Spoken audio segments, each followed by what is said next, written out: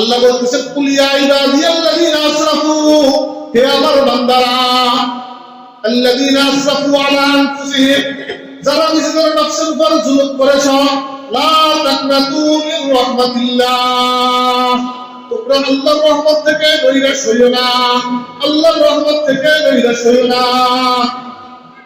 ইন্নাল্লাহা ইয়াগফিরুয যুনুবা জামিআ, আল্লাহ তাআলা তোমাদের সমস্ত গুনাহ খাতাগুলো আল্লাহ মাফ করে দিবেন। তাহলে আল্লাহ তাআলা সমস্ত গুনাহ খাতাগুলো কি করে দিবেন? মাফ করে দিবেন। লাহু ওয়াল গফুরুর রহিম, এবং আল্লাহ তাআলা তিনি গফুর, তিনি ক্ষমাশীল, তিনি রহমান, তিনি রহিম। আল্লাহ আমাদের সমস্ত গুনাহ খাতাগুলো মাফ করে দিবেন। শুধু আমরা মাফ চাওয়ার দেরি, আল্লাহ ক্ষমা করতে কি নাই? দেরি নাই। অন্য আয়াতের মধ্যে আল্লাহ তাআলা ইরশাদ করেন উদউনি আস্তাজিব লাকুম, তোমরা আমাকে ডাকো, আমি তোমাদের সকলের ডাকে সাড়া দিব। শুধু ডাকার অভাব। কিসের অভাব? ডাকার অভাব।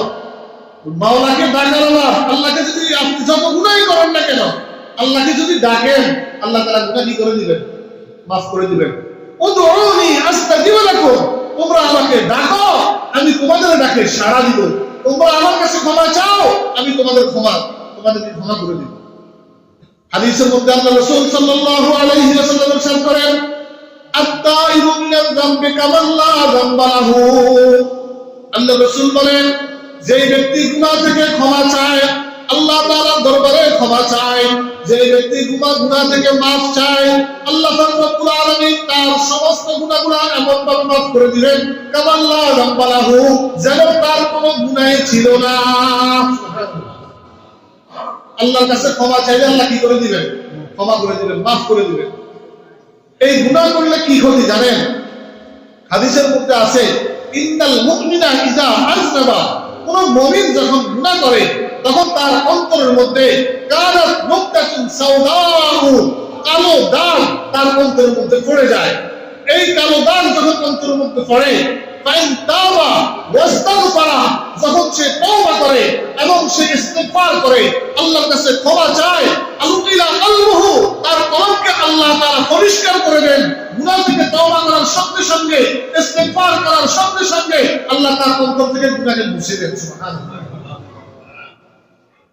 অন্য হাদিসের মধ্যে আল্লাহ রাসূল সাল্লাল্লাহু আলাইহি ওয়াসাল্লাম ইরশাদ করেন, আল্লাহ তাআলা বলেন ইয়া ইবনা আদম লাউ বালাগাত যুনুবুকা আনালাস সামা, হে বনি আদম, হে বনি আদম, তোমাদের গুনাহ যদি আসমান পর্যন্ত হয়, তোমাদের গুনাহ যদি আসমানের মেঘ পর্যন্ত হয়, এই গুনাহ করার পরে তোমরা যদি তওবা করো, তোমরা যদি ইস্তিগফার করো, লাগাফারতু, অবশ্যই অবশ্যই আমি তোমাদেরকে ক্ষমা করে দিব।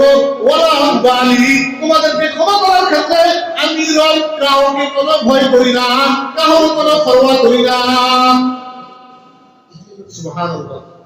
ক্ষমা চাইছেন আপনি, লাউ বালাগাত যুনুবুকা আনালাস সামা, আসমান পর্যন্ত তুমি গুনাহ করেছো, আসমান পর্যন্ত গুনাহ মারফুর হয়ে গেছে, সুবহানাল্লাহি, আমি রবের কাছে তুমি ক্ষমা চেয়েছো, আমার কাছে মাফ চেয়েছো, এরপরে আল্লাহ পাক রব্বুল আলামিন বলেন গফারতু লাকা, আমি তোমাকে ক্ষমা করে দিব।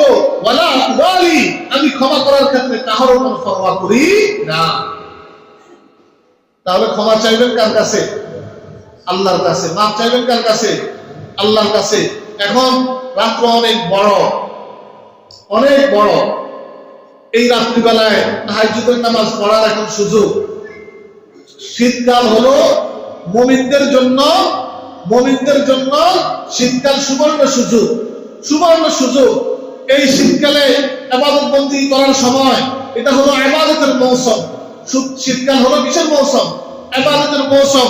রাত্রিবেলায় উঠে যদি আপনি আল্লাহ তাআলার দরবারে যদি কান্নাকাটি করেন যে আল্লাহ, আমি অনেক গুনাহ করেছি, অনেক পাপ করেছি, এমন পাপ করেছি যেটা লোক সমাজে প্রকাশ করে আমি মুখ দেখাতে পারবো না, এমন এমন গুনাহ করেছি যেই গুনার কথা যদি আমার আব্বা আম্মা জানে, আমি আব্বা আম্মার সামনে চেহারা প্রকাশ করতে পারবো না, লোক সমাজে আমি চেহারা দেখাইতে পারবো না, এমন এমন গুনাহ করেছি রাত্রির অন্ধকারে, এমন এমন পাপ করেছি যেই পাপের কোনো ক্ষমা নাই, রব আপনি আমাকে ক্ষমা করে দেন, আপনি তো রহমান, আপনি তো রহিম, আপনি তো দয়ালু, আপনি তো অসীম।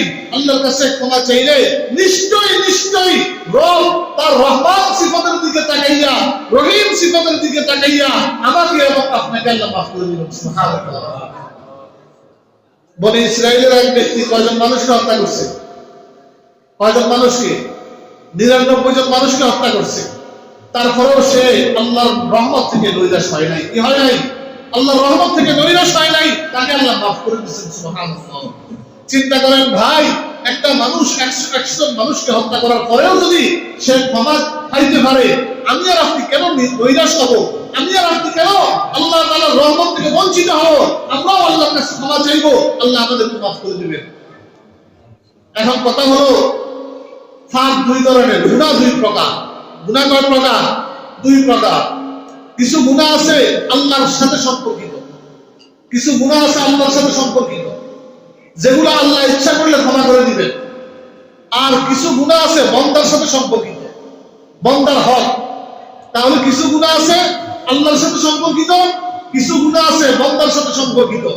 কিছু হলো হুকুকুল্লাহ, কিছু হলো হুকুকুল ইবাদ। বান্দা আল্লাহর হক যেগুলা, আল্লাহ সেগুলো মাফ করে দিবেন। আশা করা যায় আপনি তওবা করলে আল্লাহ মাফ করে দিবেন। আপনি কান্নাকাটি করছেন, রোনাজারি করছেন, আল্লাহর কাছে রোনাজারি করছেন, আল্লাহ আপনাকে মাফ করে দিবেন। কিন্তু কিন্তু যেই গুনাহগুলা বান্দার সাথে সম্পর্কিত, যেই গুনাহগুলা আপনি বান্দার হক নষ্ট করছেন, বান্দার হক নষ্ট করার কারণে যে সমস্ত গুনাহ হয়েছে, এই গুনাহগুলা মাফ হবে না যেই পর্যন্ত ওই বান্দা আপনাকে মাফ না করবে।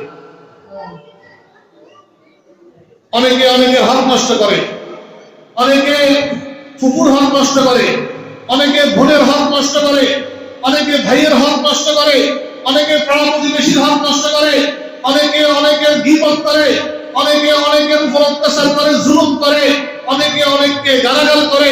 এই সমস্ত হকগুলা বান্দার হক। এই হকগুলা আল্লাহ সেই পর্যন্ত মাফ করবেন না যেই পর্যন্ত বান্দা মাফ না করবে। যেই বান্দার হক নষ্ট করছেন তার ফাদরের মাফ চাইতে হবে, যে ভাই তোমার অমুক সময় আমি গীবত করেছি, অমুক সময় আমি তোমার গীবত করেছি, আমাকে তুমি মাফ করে দাও। অমুক সময় আমি তোমার পিছনে নিন্দা করেছি, আমাকে তুমি মাফ করে দাও। অমুক সময় তোমার পুকুর থেকে মাছ খেয়েছি, আমাকে মাফ করে দাও। অমুক সময় তোমার লাউ গাছের আগাডোবা খেয়েছি, মাফ করে দাও। অমুক সময় তোমার ক্ষেতের থেকে, জমিন থেকে ধনিয়া পাতা তুলে নিয়ে গেছি, আমাকে মাফ করে দাও। যেই পর্যন্ত ওই ব্যক্তি মাফ না করবে সেই পর্যন্ত আপনার কোনো মাফ নেই, সেই পর্যন্ত কোনো মাফ নাই। অনেকে আশা করে বসে রয়েছে, মরে গেলে একটা হবে, মরে গেলে একটা হবে। আল্লাহ রাসূল সাল্লাল্লাহু আলাইহি ওয়াসাল্লাম বলতেছেন, ওই ব্যক্তি হলো সবার থেকে বেশি অসহায় যেই ব্যক্তি হাসরের মাঠে উঠবে, নেকির পাহাড় নিয়ে উঠবে, নেকির পাহাড় নিয়ে উঠবে, কিন্তু তার খাওয়াদার যারা দুনিয়াতে যাদের হক নষ্ট করছে, তারা যখন উঠবে, তারা যখন তাদের হক নেওয়ার জন্য তার কাছে যাবে, তখন তাদেরকে তাদের পাওনা বুঝিয়ে দিতে দিতে দিতে দিতে তার আমলে আর কোনো বাকি থাকবে না। শেষ পর্যন্ত ওই মানুষগুলার যাদের হক নষ্ট করেছে তাদের গুনাহগুলা, তাদের বদআমলগুলা তার ঘাড়ে চাপিয়ে দেওয়া হবে। আল্লাহ রাসূল বলতেছেন, তার থেকে বড় অসহায় আর কেউ নেই।